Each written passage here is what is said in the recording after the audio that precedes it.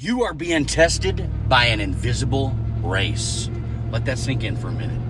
Everything that you think is normal, every mundane day-to-day interaction that you have might just be part of an elaborate experiment. A test that is designed to measure you, to probe the depths of your character, your strength, your resilience, and your awareness.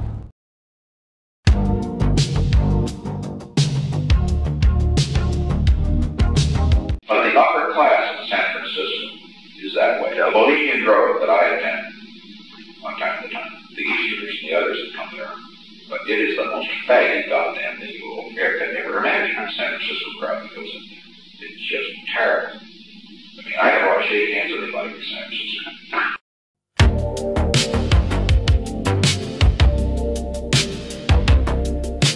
Et le fait que la direction de l'établissement ait demandé d'enlever ces kippas, ces jeunes gens, vous trouvez ça normal ou pas normal? Pas normal. Pas normal, ouais, c'est vrai. Ça dérange personne, on va critiquer. Ça dérange personne. Qu'est-ce que ça pourrait déranger? Rien du tout.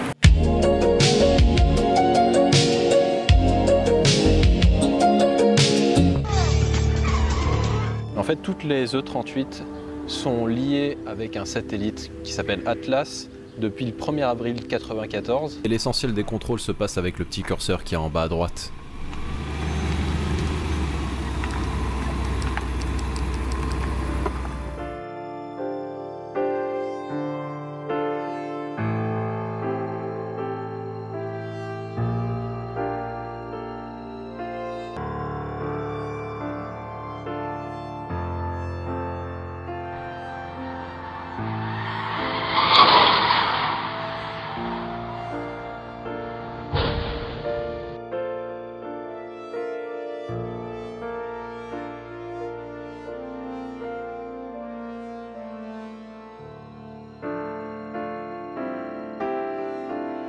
De ces expériences est née l'idée de supprimer le volant et de le remplacer par une simple manette.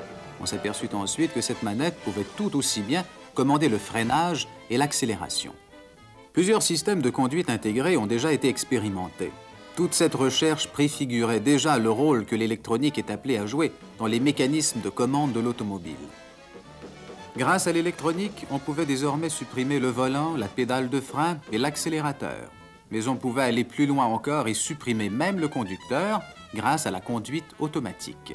Les premières expériences dans cette voie remontent à 1957. Une petite manette permet de passer de la conduite manuelle à la conduite automatique sur la voie électronique.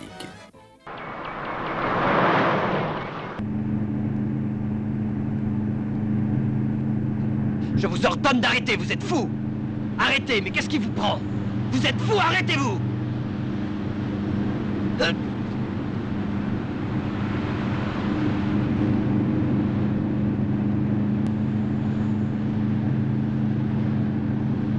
La voiture est trop loin. À cette vitesse, dans 3 minutes, elle aura échappé au contrôle.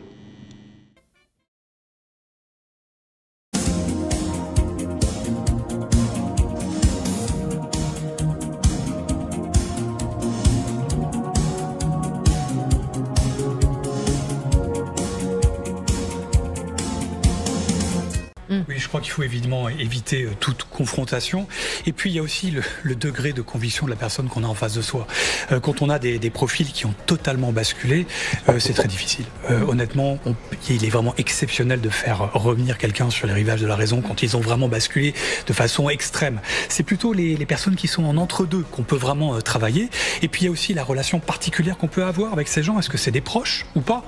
Quand c'est des proches, évidemment, le lien affectif qu'on peut avoir est aussi un liant qui peut nous aider à essayer de garder contact avec eux et les ramener sur des sujets plus ou moins raisonnables.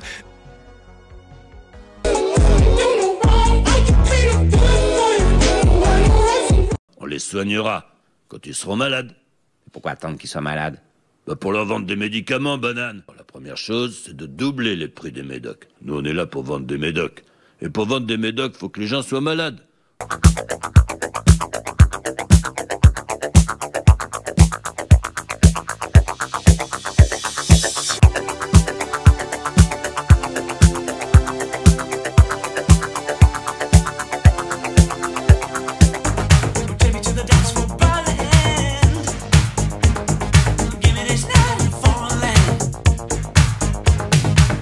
Look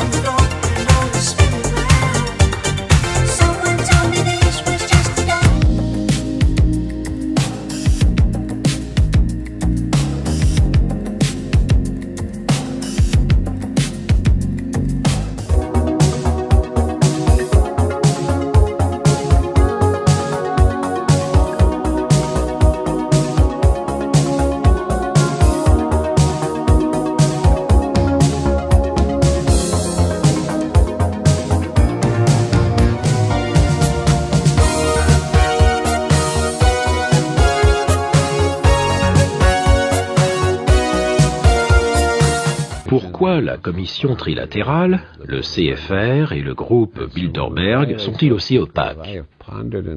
La réponse est qu'ils complotent effectivement des choses qu'ils ne tiennent pas à divulguer. La plupart des lobbies de droite de ce pays tendent à croire que les Nations Unies sont une organisation politico-militaire.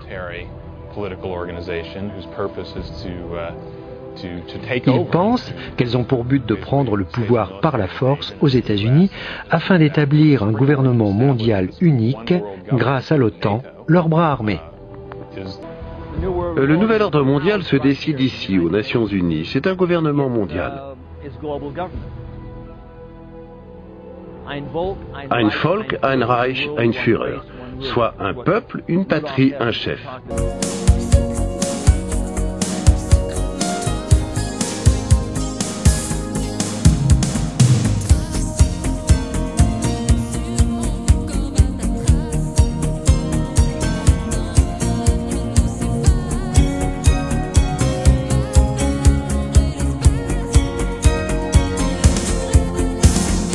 I think Adolf Hitler had that in mind. He wanted a world government too, with himself as the master leader.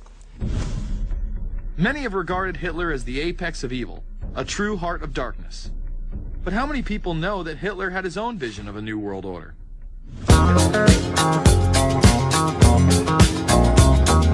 And you'll be part of the new world order. Oui, chaque pensée, chaque battement de paupières, chaque pulsation émet des courants électriques qui peuvent être transformés en ondes.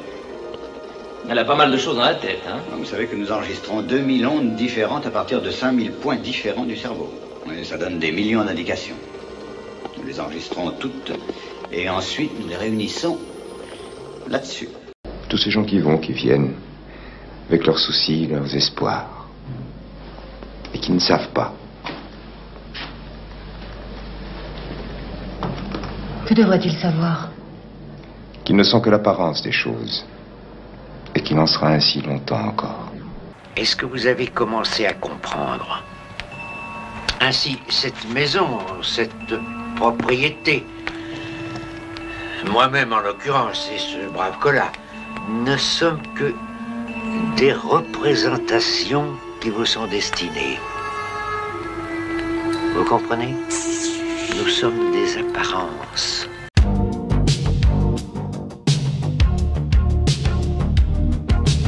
J'ai donc décidé de peindre les choses qui sont devant les choses, nous évitant ainsi de voir la réalité sordide, pour bien le dire. La matrice est universelle. Elle est le monde qu'on superpose à ton regard pour t'empêcher de voir la vérité.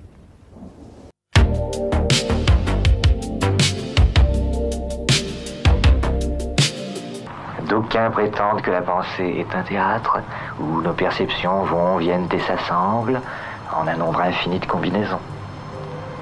Le temps est peut-être une spirale, une succession infinie de séries que nous combinons à notre guise, dans nos rêves par exemple. Tu comprends? Dans une spirale. Oui, oui. Hein?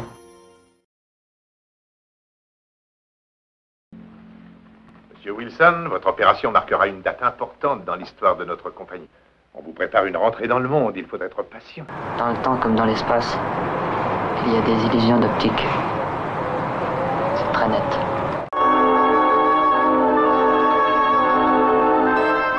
Une réalité transformable, voilà le mot. Vraiment, tu me fais peur. Tu parles comme un vieux de choses qui ne sont plus là, de choses mortes. Absolument faux. Rien de tout ça n'est mort. C'est une réalité qui s'ajoute à la nôtre. Elles coexistent toutes les deux.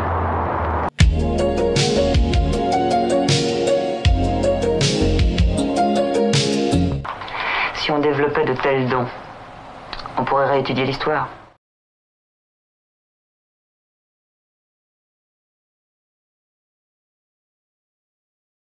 You've crossed the threshold. Your eyes have been opened. You have seen the world for what it truly is. There's no turning back now. We got big plans for you. The Father of Understanding guided you to us, and for that we are grateful. The test of your true worth begins now. And it begins with a choice. Join us, and a bright future will be all yours. Refuse. The new order never comes without destruction of the old. And if men are made to fear untrammeled liberty, so much the better. A brief taste of chaos will remind them why they crave obedience. Ça permettrait pour eux de rappeler qui est le maître et qui sont les esclaves, hein. Le temps passe, dites-vous. Non, le temps demeure. Nous passons. Qui êtes-vous? Un passant. Le temps est la substance dont je suis fait. Le temps est un fleuve qui m'entraîne, mais je suis le temps. C'est un tigre qui me déchire, mais je suis le tigre. C'est un feu qui me consume, mais je suis le feu. Borges. Il n'y a pas d'autre côté, Alice. Je franchirai le mur. Tout cela, c'est un cauchemar. Je passerai de l'autre côté. Vous allez bientôt pouvoir retourner à cette existence et dans cette civilisation à laquelle vous êtes si attaché.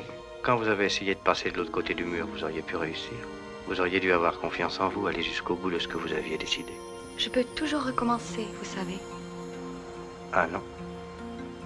Maintenant, il n'y a plus de mur.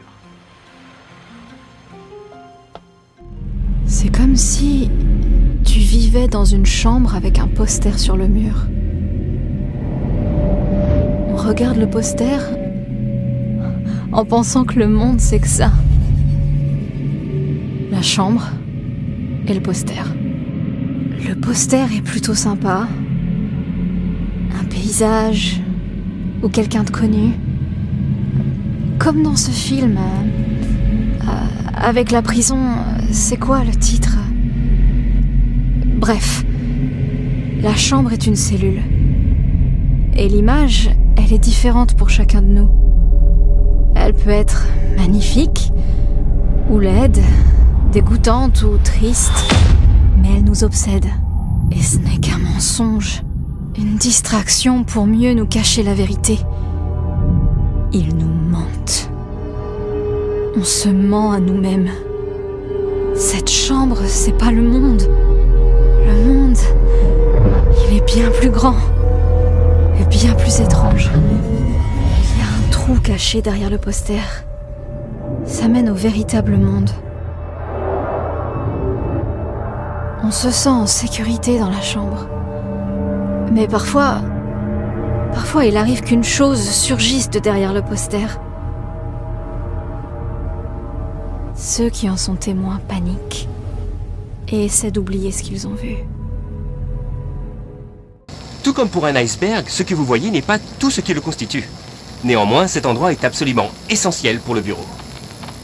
La plupart des infos sur le plan astral sont confidentielles, mais nous pouvons parler des grandes lignes, en gardant à l'esprit que ce sont des systèmes éminemment complexes, et que toute simplification ne leur rend vraiment pas justice.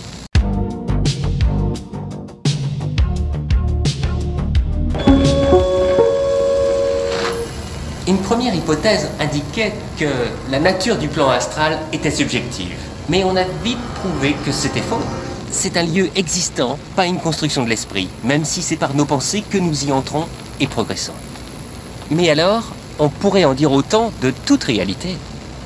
Nous avons pu enregistrer des images du plan astral en analysant l'activité cérébrale de ceux qui y entraient. Il s'agit des seules données matérielles que nous avons pu tirer des expéditions dans le plan astral. Nous sommes sur le point d'être exposés à un type de résonance.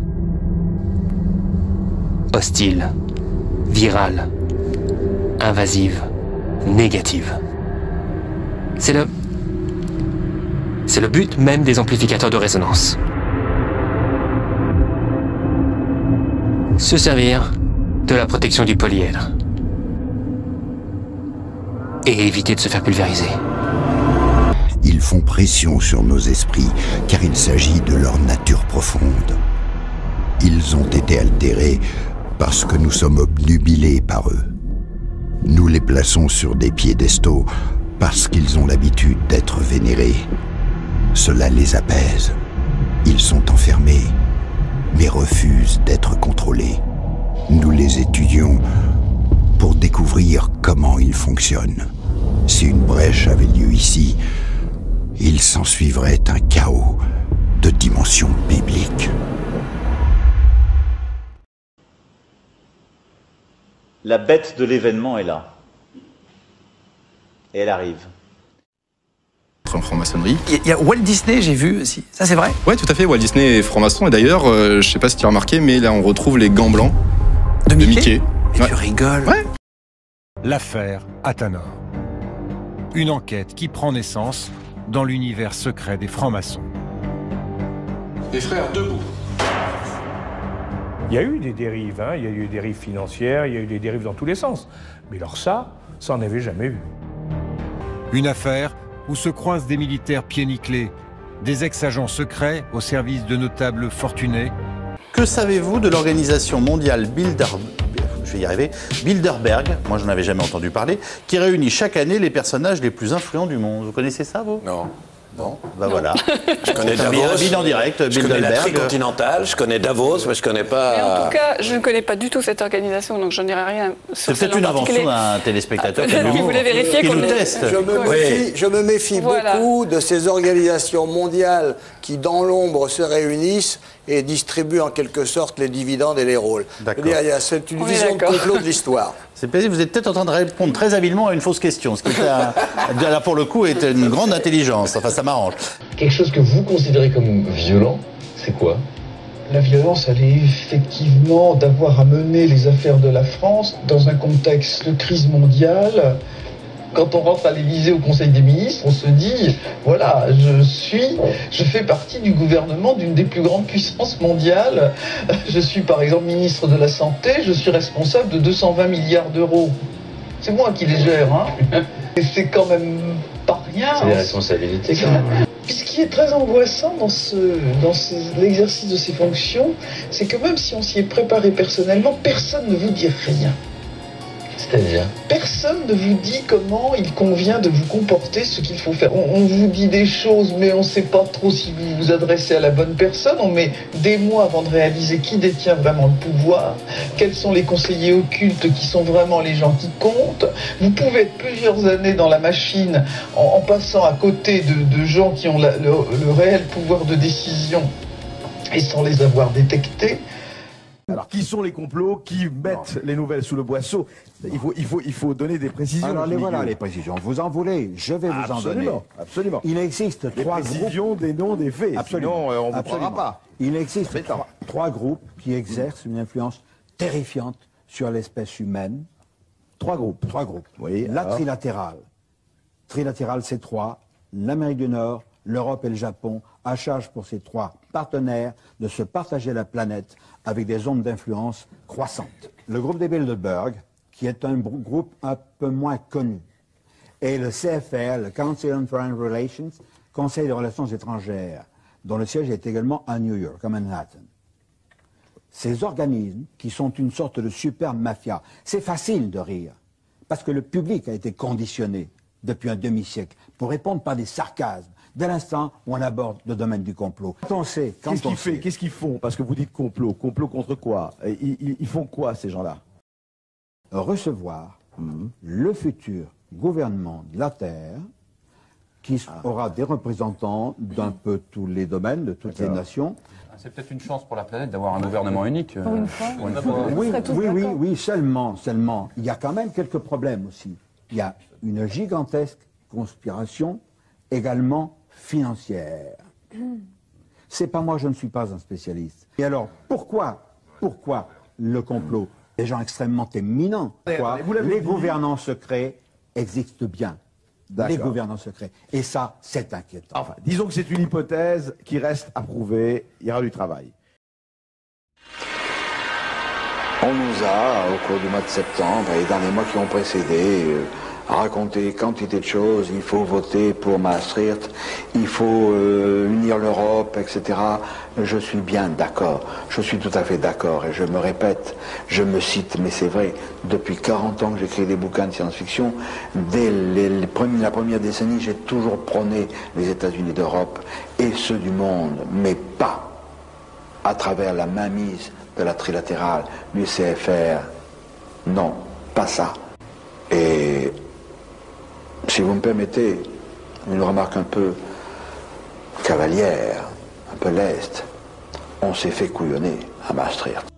Tous ceux qui, dont j'ai le privilège d'avoir fait partie, ont tenu la plume pour écrire les premières versions du traité de Maastricht, on s'est bien engagé à faire en sorte que sortir, ce ne soit pas possible. On a soigneusement oublié d'écrire l'article qui permet de sortir. C'était pas très démocratique, évidemment, mais c'était une grande garantie pour rendre les choses plus difficiles, pour nous forcer d'avancer. Parce que si on sort, ce qui naturellement est toujours possible, c'est impossible, mais naturellement, si on veut, on peut, c'est très très compliqué. Je n'entre pas là-dedans, mais c'est très très compliqué de sortir, soit par le bas, soit par le haut, c'est très compliqué.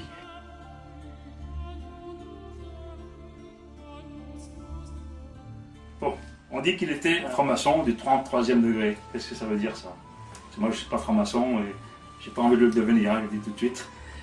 Qu'est-ce que c'est? C'est vrai, c'est faux? Écoutez, je ne vais pas vous dévoiler le degré de Jimmy Dieu que je connais, mais je peux vous dire une chose. En tant que franc-maçon, moi je me dévoile, c'est que ses frères le reconnaissaient comme tel. Ça veut dire qu'il le reconnaissait comme tel? C'était un franc-maçon de haut grade. Je ne vous en dis pas plus. Si vous me permettez une remarque un peu cavalière, un peu leste, on s'est fait couillonner à Maastricht.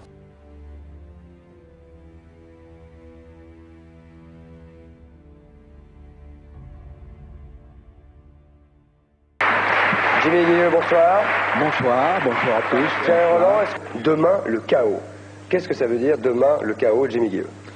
Des choses multiples se sont passées, une augmentation graduelle de la censure, de l'étouffoir, Est-ce que vous voulez dire par là que, sans savoir, et dans un monde notamment comme le nôtre, ou que ce soit le monde politique, des petits gris se seraient mis dans l'enveloppe des humains, dans l'enveloppe humaine? Non, pas du tout. Non, ils agissent par personne interposée à travers le MJ12, nous en avons parlé, au-dessus du MJ12. Rapidement, le MJ12, pour ceux qui n'auraient pas suivi Ciel Montmardi de l'époque? C'est un gouvernement secret, une organisation qui régente les nations, avec des terriens bien sûr à leur tête.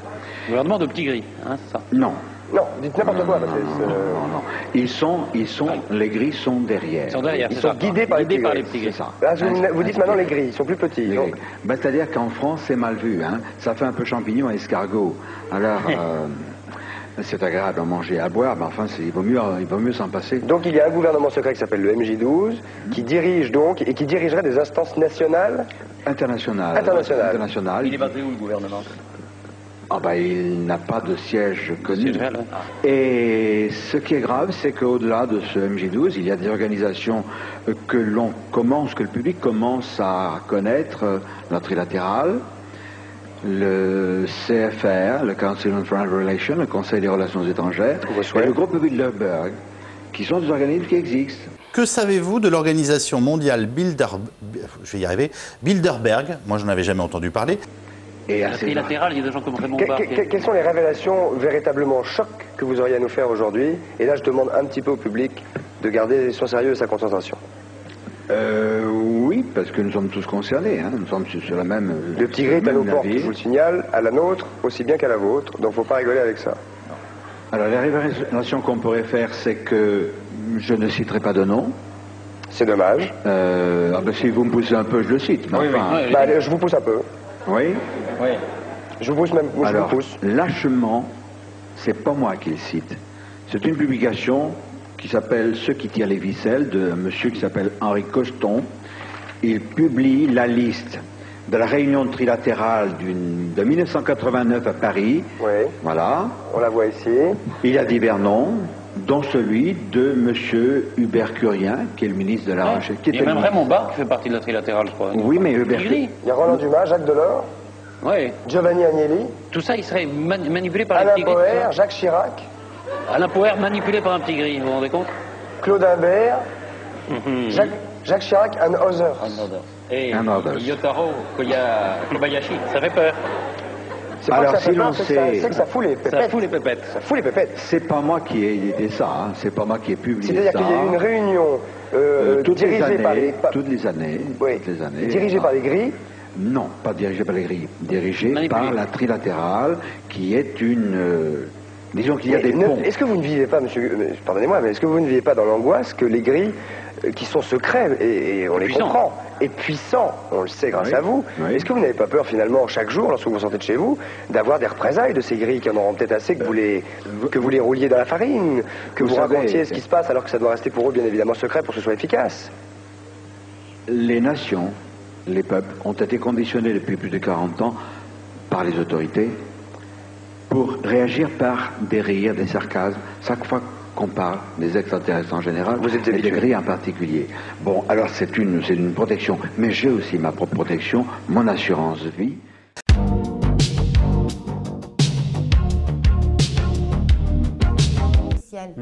Alors, Jimmy Guilleux, j'aimerais votre avis parce que vous avez écrit un roman, mais qui s'inspire de la réalité.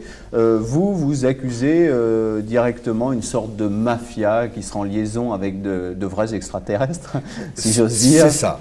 Vous savez, le drame dans le problème dit des ovnis et des extraterrestres, c'est qu'il fallait d'abord, pour tromper le public, il fallait d'abord tromper les médias.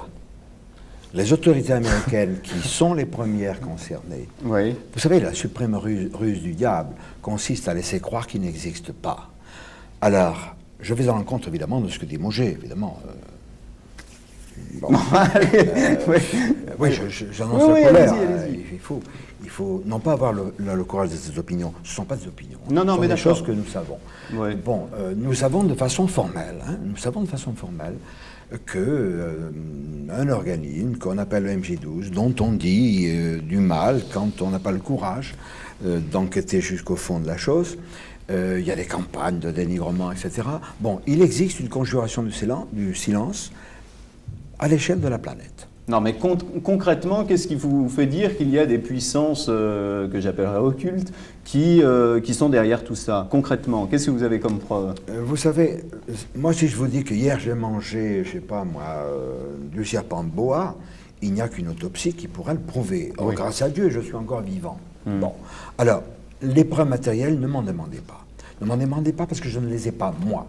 Mais nous savons qu'elles existent. Alors, je voudrais ne pas jouer... allez-y. Je voudrais ne pas jouer les prophètes, mais simplement dire aux amis qui nous écoutent, la censure existe. Bien sûr, à la régie ou à votre direction, on ne vous a pas dit ne parlez pas de ça puisque vous en parlez. Pas du tout. Mais elle existe et elle est terrifiante. Qu'est-ce que c'est? Ça, c'est le journal officiel du 5 janvier 79 et 5 décembre. Et alors? Alors, vous pouvez vous le procurer, ça coûte pas cher. Et qu'est-ce qui est écrit dessus? Bon, les archives dites publiques, n'est-ce pas, sont frappées d'un secret de 60 ans, plus 150 ans si elles intéressent la santé privée d'un particulier. Et là-dedans sont compris les rapports touchant aux ovnis. Le groupe de Bilderberg, vous en entendrez certainement parler dans les prochains jours. Tout de suite, des précisions sur cette espèce de sigle ou dénomination assez inconnue du grand public. Des précisions, Dominique Bromberger, en Angleterre. Torquay, station balnéaire de 60 000 habitants, sera pendant 3 jours la capitale officieuse du monde occidental. Pour sa 25e rencontre, le groupe de Bilderberg doit, selon la déclaration faite à TF1 par l'ancien Premier ministre britannique Sir Alec Douglas-Home, étudier les problèmes économiques de l'Occident. C'est la première fois que cette organisation, jusque-là très secrète, donne une indication, aussi minime soit-elle, sur son ordre du jour. Et pourtant, bien des rumeurs ont couru depuis 2 ans sur son rôle réel dans la direction des affaires du monde. L'un des membres du groupe a dit par exemple « C'est au cours d'une de nos réunions, dans le courant des années 50, qu'est née l'idée du traité de Rome. » La liste de ceux qui ont été sélectionnés par le comité directeur pour participer à l'une ou à l'autre des rencontres, du genre de celle qui aura lieu à l'Imperial Hotel de Torquay, inclut presque tous les chefs d'État ou de gouvernement du monde occidental, dans un éventail qui va du centre-gauche à la droite, choisi parfois à un moment de leur carrière où ils n'étaient dans leur pays qu'une étoile naissante de la politique. Gordon Tesser a été le premier journaliste à révéler dans le Financial Times les activités du groupe. Il est possible, et cela semble même certain, que si l'on a été sélectionné pour participer à une rencontre du groupe de Bilderberg, il y a une sorte de courant qui vous entraîne vers les sommets du pouvoir. La plupart des gens qui se sont rendus à ces réunions accèdent à des postes de haute responsabilité dans les allées du pouvoir des premiers ministres ou des ministres de haut rang, par exemple. Et si vous arrivez à un poste très important sans avoir été sélectionné par les gens du groupe, eh bien vous serez immédiatement appelé à en faire partie. Les 22, 23 et 24 avril se retrouveront dans cet hôtel de Torquay, gardé d'un côté par des falaises abruptes, de l'autre par des forces de police impressionnantes, des chefs de gouvernement tels l'allemand Helmut Schmidt ou le suédois Faldin, des ministres importants tels le britannique Healey, des personnalités de la politique comme Henry Kissinger ou Margaret Thatcher, du monde des affaires comme David Rockefeller et même du syndicalisme. Mais il n'y aura à l'issue de ces conversations ni déclaration ni communiqué. La réunion de cette année constituera un tournant dans l'histoire du groupe de Bilderberg. Que la date et le lieu de cette réunion aient été connus à l'avance constitue en effet un événement sans précédent, que ce soit à la suite d'indiscrétions voulues ou non. Mais cette constatation ne répond pas à la question essentielle. À quoi sert le groupe de Bilderberg?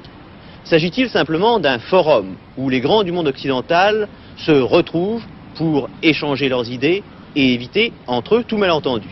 Ou bien est-ce un lieu de rencontre où l'on élabore des décisions qui engagent l'avenir du monde occidental? Cela dans le secret et en dehors des procédures normales.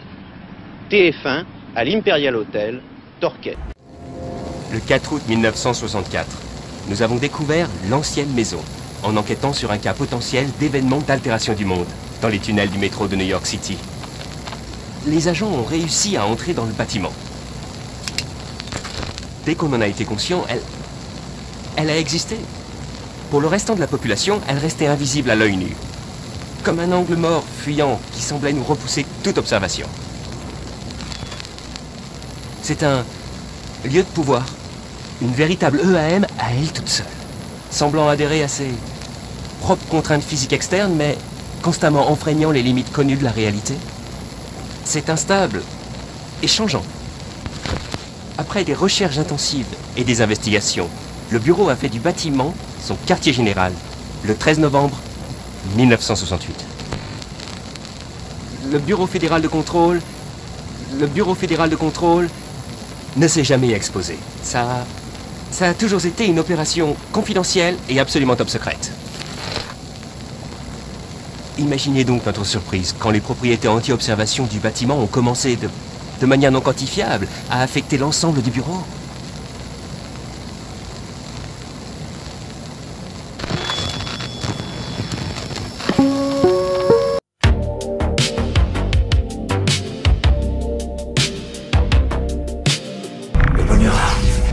Ce qui est inversé reprend forme.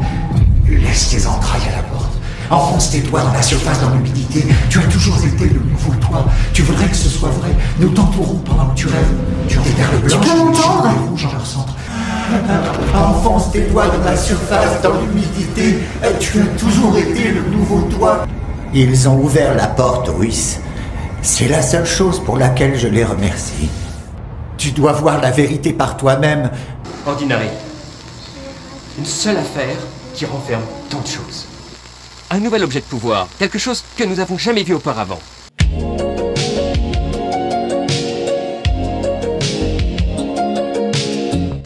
Toutes ces fois où je me croyais parano, j'avais raison. La recherche dimensionnelle, c'est notre prochaine étape. Une résonance de sources inconnues, parfois à portée de nos fréquences audibles. Elle agit de manière imprévisible, causant comme de la rétroaction qui peut vous blesser. Libre par sa création, qui n'appartient qu'à des particuliers. La banque que je propose de créer, écoutez bien, ne négociera avec le gouvernement que lorsqu'elle y rencontrera ses convenances et le complément de ses sûretés. Néanmoins, cette banque s'appellera la Banque de France. Mais elle ne sera à aucun degré une banque gouvernementale. Elle sollicite du Premier Consul la promulgation d'une loi qui, sans peut-être paraître s'occuper nominativement de notre établissement, consolidera son existence. Est-ce que vous avez compris? Yes, that is what the NeoThink, the private NeoThink Club, has done for 50 years. In fact, lately I've been talking about the ruling class as a cult that controls our lives and manipulates our minds for the benefit of the leaders. So yes, there's similar parallels between that Bavarian Illuminati and the NeoThink, the private NeoThink Club. And we are a secret society.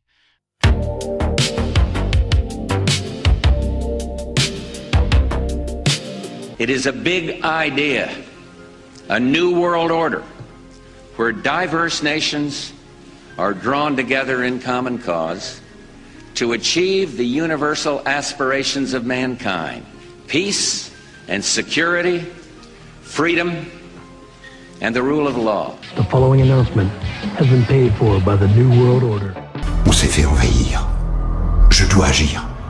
J'ai un plan, une réponse. Regardez dans cette scène, vous voyez Kubrick assis à une table à côté. Mais on n'a aucune source officielle à part notre instinct qui nous dit que c'est un caméo de Kubrick lui-même. Mais ça arrive assez souvent au cinéma, je vais vous le démontrer par la suite. Donc ici je vous mets quelques photos de Kubrick pendant le tournage du film, hein, pour vous montrer, même on le voit de profil, pour vous montrer qu'il ressemble beaucoup. Je suis désolé, j'ai pas la version HD du film, je vous laisserai regarder sur une version HD, zoomer sur cet homme qui ressemble extrêmement fort à Kubrick, mais aussi à Alan Conway qui était le faux Stanley Kubrick.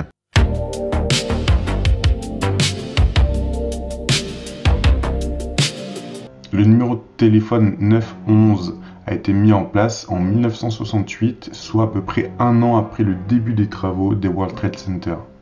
Habituer les gens à appeler le 911 en pleine ville de New York en ce qui concerne le World Trade Center en 93 pour une espèce de tour d'essai qui avait fragilisé les tours, mais ce tour d'essai n'était pas là pour être définitif. Par contre, c'était fait pour subliminalement, peut-être, c'est juste une possibilité qui est de mon opinion, hein, pour habituer les gens subliminalement à laisser grandeur la nature, qui sera réussi pour eux malheureusement le 11 septembre 2001. Man kann nicht jahrelang einen Computer mit Informationen vollstopfen, die insgesamt auf die Simulation von menschlichen Verhaltensweisen hinauslaufen, ohne sich Gedanken darüber zu machen, ob dabei nicht tatsächlich so etwas wie ein menschliches Bewusstsein entsteht. Avec un groupe d'amis, nous avons mis au point l'émetteur d'ondes Theta 36, qui permet de faire recevoir par n'importe quel cerveau humain des impulsions qui le paralysent mentalement.